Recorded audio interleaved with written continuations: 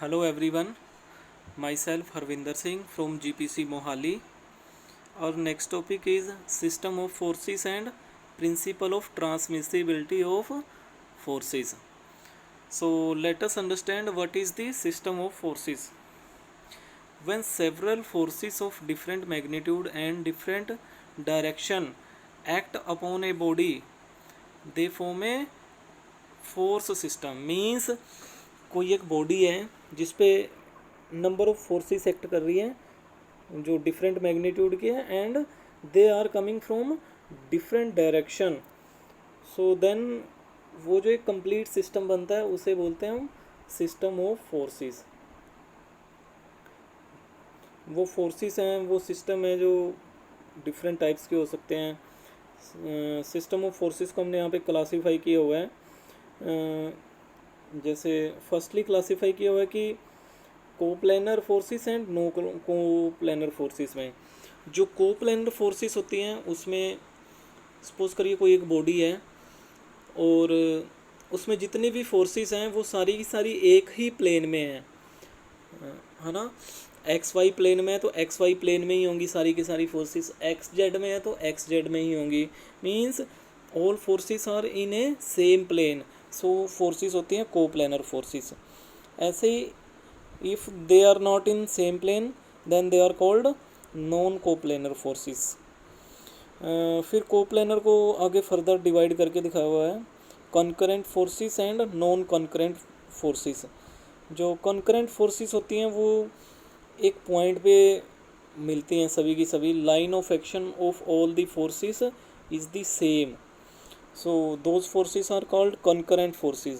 Otherwise, if they are acting through different line of action, then they are called non-concurrent forces. So इनको हम detail में समझते हैं अभी आगे विद एग्जांपल और with diagram. Collinear and coplanar forces कौन सी होती हैं? Collinear forces, the line of action of all forces lies along the same straight line.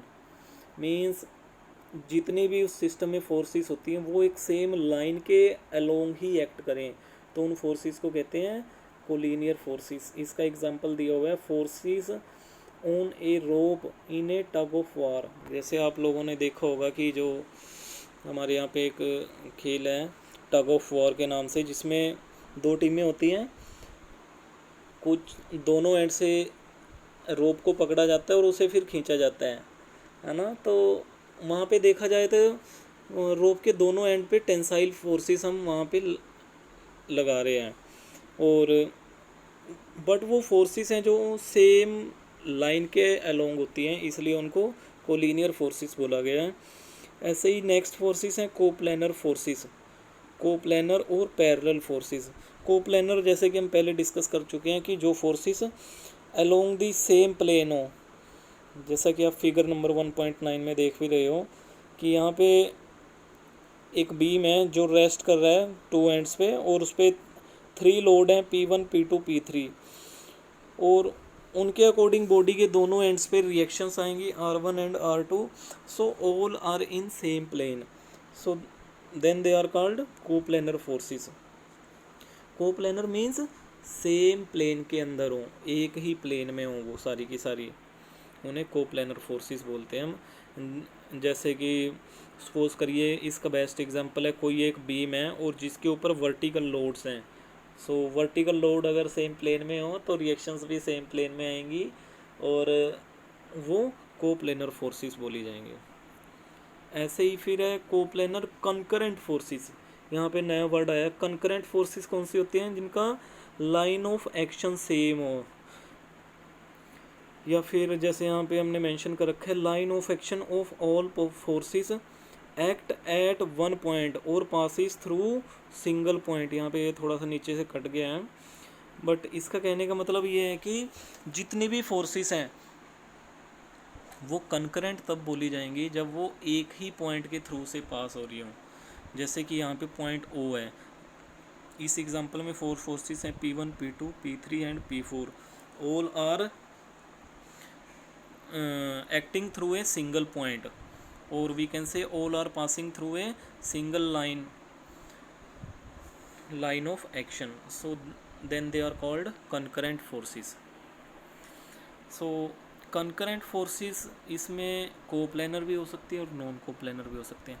यहाँ पे कोप्लेनर और कंकरेंट फोर्सेस मींस ऐसी फोर्सेस जो एक ही प्लेन में हो और एक ही पॉइंट के थ्रू से पास कर रही हो, तो वो कोप्लेनर कंकरेंट फोर्सेस बोली जाएंगी।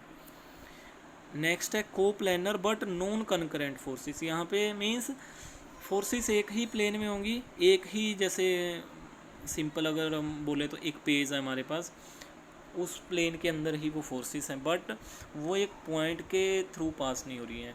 कोई फोर्स किसी डिफरेंट पॉइंट पे एक्ट कर रही है, कोई सेकंड फोर्स डिफरेंट पॉइंट पे एक्ट कर रही है, थर्ड फोर्स डिफरेंट पॉइंट पे एक्ट कर रही है।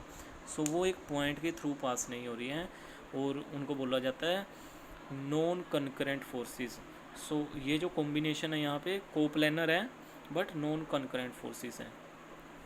नेक्स्ट है non coplanar concurrent forces means वो एक प्लेन में नहीं है, डिफरेंट प्लेन्स में है फोर्सेस, बट कंकरेंट है means they are passing through a single point और देयर, और we can say their line of action is the same point.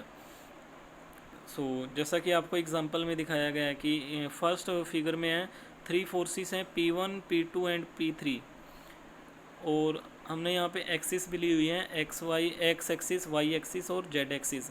सो हम देख सकते हैं कि जो P1 फोर्स है वो एक्स वाई प्लेन में है, जो P2 फोर्स है वो वाई जेड प्लेन में है, और जो P3 फोर्स है वो एक्स जेड प्लेन में है। सो यहाँ पे all forces are in different planes but they are passing through a single point, so they are called non coplanar and concurrent forces. या फिर इसका एक बेस्ट एग्जांपल है ट्राईपोड कैरिंग ए कैमरा। आपने देखा होगा कि वीडियोस बनाने के लिए एक जो कैमरे का स्टैंड आता है जिसको हम ट्राईपोड बोलते हैं, जिसकी 3 लेग्स होती हैं, उनको ओपन करके हम उस ट्राईपोड को खड़ा कर देते हैं और उसके ऊपर एक कैमरा लगा देते हैं।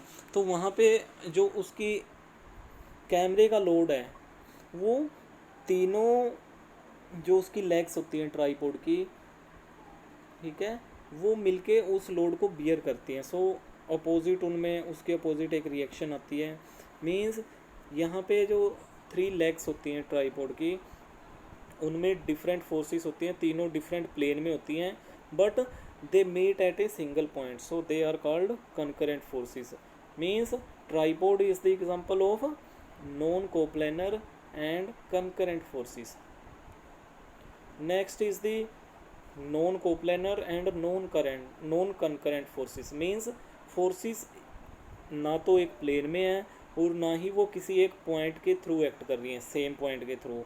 मींस फोर्सेस का लाइन ऑफ एक्शन भी डिफरेंट है और सभी फोर्सेस का प्लेन भी डिफरेंट है, so they are called non coplanar and non concurrent forces. सो अभी तक हमने ये जो डिस्कस किया था ये है सिस्टम ऑफ फोर्सेस। अब हमारा नेक्स्ट टॉपिक है principle of transmissibility of forces. Principle of transmissibility क्या कहता है कि सपोज करिए आपके पास एक फोर्स है, किसी एक बॉडी के ऊपर कोई एक फोर्स एक्ट कर रही है, उसका एक लाइन ऑफ एक्शन होगा, उसकी कोई ना कोई एक लाइन होगी, है ना। तो उस फोर्स को प्रिंसिपल ऑफ ट्रांसमिसिबिलिटी ये कहता है कि आप उस फोर्स को उस लाइन ऑफ एक्शन के अलोंग कहीं भी कंसीडर कर सकते हो, उसका सेम इफेक्ट रहेगा।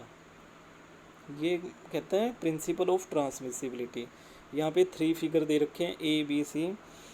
तो फिगर A के अंदर हमारे पास एक फोर्स दिखा रखी है, P फोर्स है, जो जिसकी लाइन ऑफ एक्शन है AB। मीन्स इस लाइन की डायरेक्शन में वो फोर्स लगी हुई है, AB लाइन की डायरेक्शन में हमने एक P फोर्स लगा रखी है। सो फिगर B में दिखाता है कि आप इस फोर्स को, जो P फोर्स थी, इस फोर्स को इस लाइन ऑफ एक्शन के अलोंग कहीं भी कंसीडर कर सकते हो, तो बॉडी पे इसका इफेक्ट सेम रहेगा। उसकी इक्विलिब्रियम जो पोजीशन है वो डिस्टर्ब नहीं होएगी, वो सेम कंडीशंस रहेगी, उसकी जो भी स्टेट थी वो वैसी की वैसी रहेगी।